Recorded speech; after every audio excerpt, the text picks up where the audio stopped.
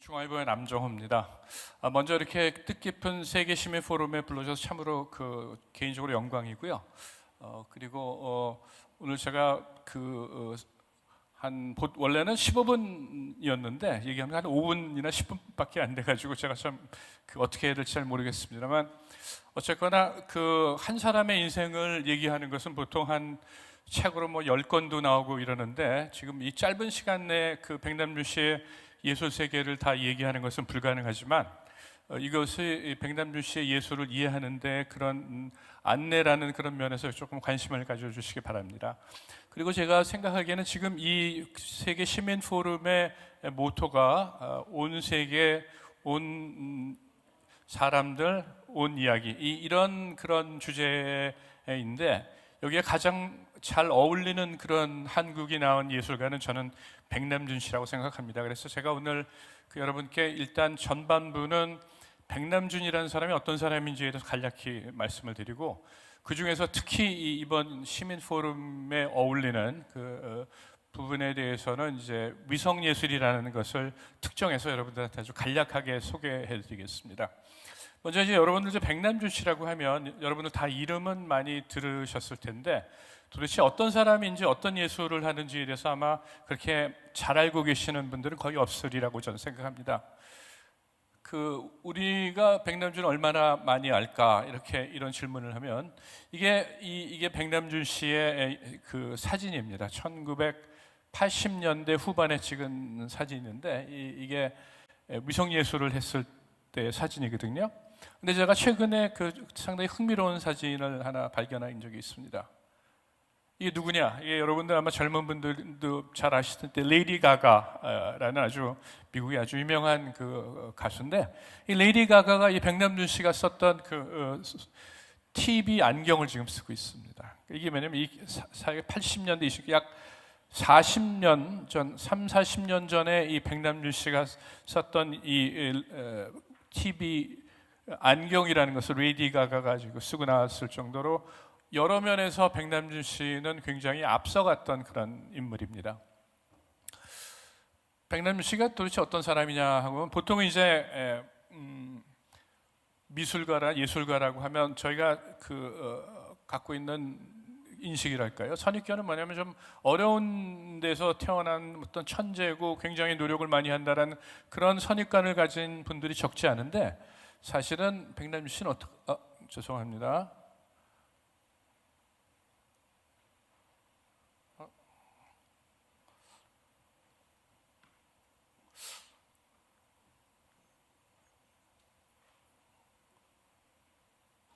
이거 좀 봐주실 수 있어요? 이거 이상하다.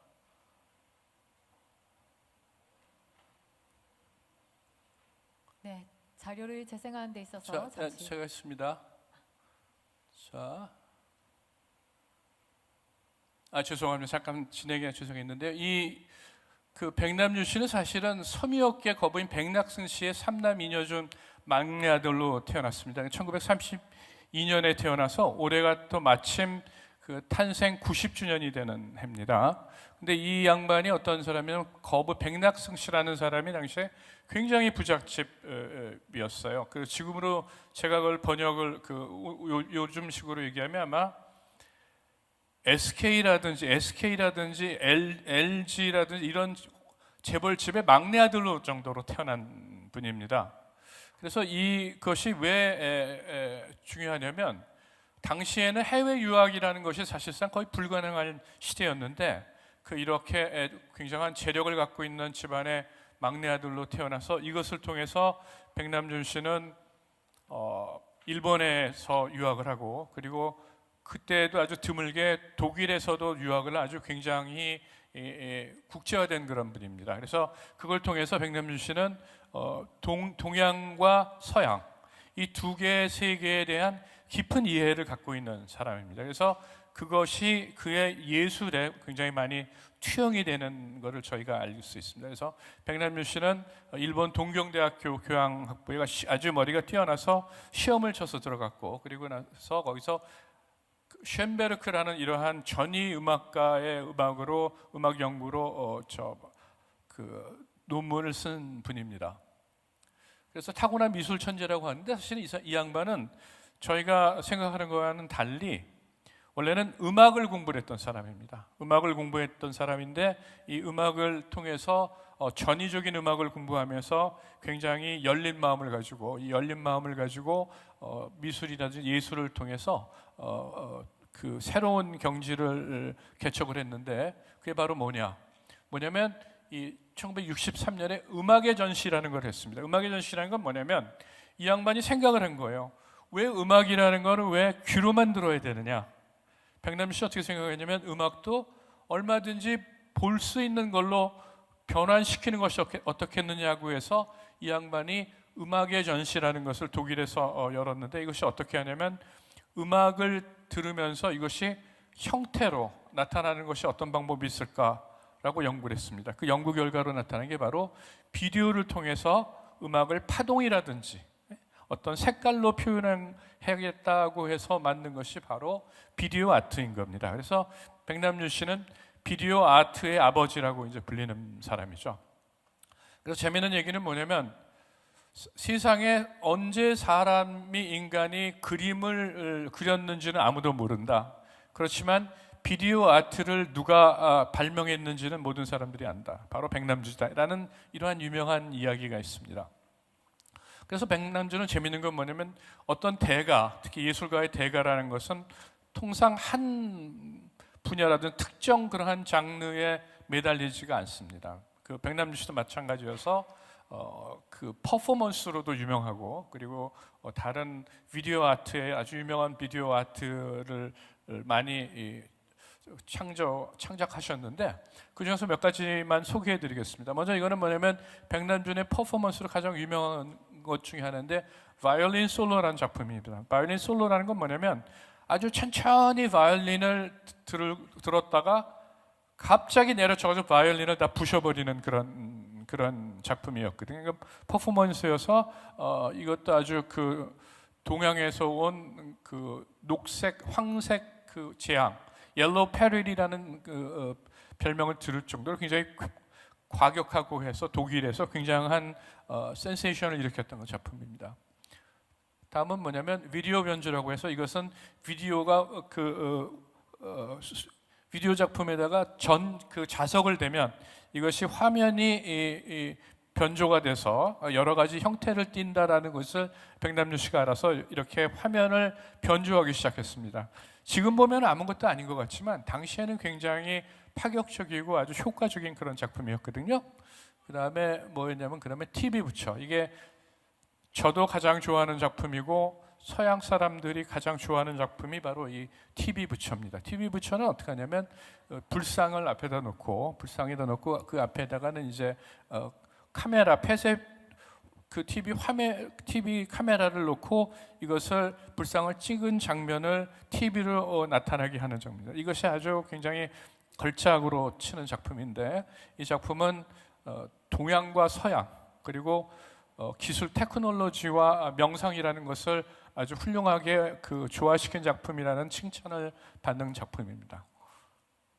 그 다음에 TV 가든. TV 가든은 뭐냐면 테레비 안에 테레비를 두고 그 바깥에 그 자연 정원 안에 테레비를 설치한 작품이거든요. 이것은 뭐냐면 자연과 테크놀로지의 화합이랄까요? 이런 것을 의미하는 그런 작품입니다. 그래서 백남준은 어떻게 했냐? 아까도 보시듯이 기술과 명상, 또 기술과 자연 이런 식의 상당히 극단적인 양극에 서로 대치되는 것들을 조화시킨 그런 작품으로 굉장한 명성을 얻었던 작가입니다. 그래서 또 하나 이것도 훌륭한 것은 다른 가장 오래된 시계라고 해서 달에 둥근 달 그리고 점점 이그러지는 달의 것을 여러 대의 TV에다가 보여줌으로써 이것이 옛날에 옛날 사람들이 달을 보면서 세월이 가는구나를 알았을 거라는 이러한 식의 서사적인 이런 작품을 만들었습니다. 그걸 통해서 사람들이 굉장히 감상적으로 느꼈고요. 그래서 마지막에 이것은 뭐냐면 야곱의 사다리라고 야곱의 사다리는 건 뭐냐면 레이저 작품으로 해서 만든 그 작품입니다. 레이저를 통해서 이 이 야곱의 사다리라는 것을 표현해야 되게 보시면은 이 초록색으로 올라가는 거 보이시죠? 야곱의 사다리라는 건 뭐냐면 그 성경에서 보면은 하늘에서 내려오는 듯한 한 줄기의 햇살이 땅으로 내려오면서 그것이 마치 하나님의 은혜 같은 느낌을 주는 거라고 해서 굉장히 서양식 그런 사상입니다. 이것은 그래서 밑에는 바닥에서부터 하늘로 올라가는 듯한 이러한 작품인데 이것이 백남준 씨가 돌아가시기 수년 전에 만들었던 겁니다. 그래서 본인의 마지막을 생각을 하고 그 지상에서 저 위에 그 천국으로 가는 작품, 그런 느낌의 작품이었는데 이 작품을 만들고 나서 백남준 씨는 한국인들 기자들한테 뭐라고 얘기냐면 원래는 저기는 자기가 천지인이라는 것을 상징하고 싶었는데 서양 사람들한테 천지인이라는 개념을 설명을 해도 그 서양 사람들은 몰라서 서양 사람들이 알기 쉽게 야곱의 사다리라고 이름을 지었노라고 얘기를 해줍니다. 그래서 무슨 얘기냐면 백남준 씨라는 사람은 한국에서 태어나서 일본에서 교육받고 다시 독일에서 유학 가서 미국에서 활동해서 다시 말해서 동양과 서양을 아우렀던 동양과 서양의 소통에 대해서 관심을 가졌던 그런 작가였던 겁니다. 그래서 그 사람의 아주 대표적인 작품은 뭐였냐면은 그 일렉트로닉 하이웨이라고 해서 미국의 지금 50개 주가 이러한 전자 그 고속도로로 연결이 돼서 서로 소통하고 있다라는 그런 작품을 해서 굉장히 미국인들로 굉장히 절찬을 받았습니다. 그래서 지금은 워싱턴에 있는 스미소니안 뮤지엄에 있는데 이것이 아주 백남준 씨의 굉장히 유명한 작품이고 대표적인 작품입니다.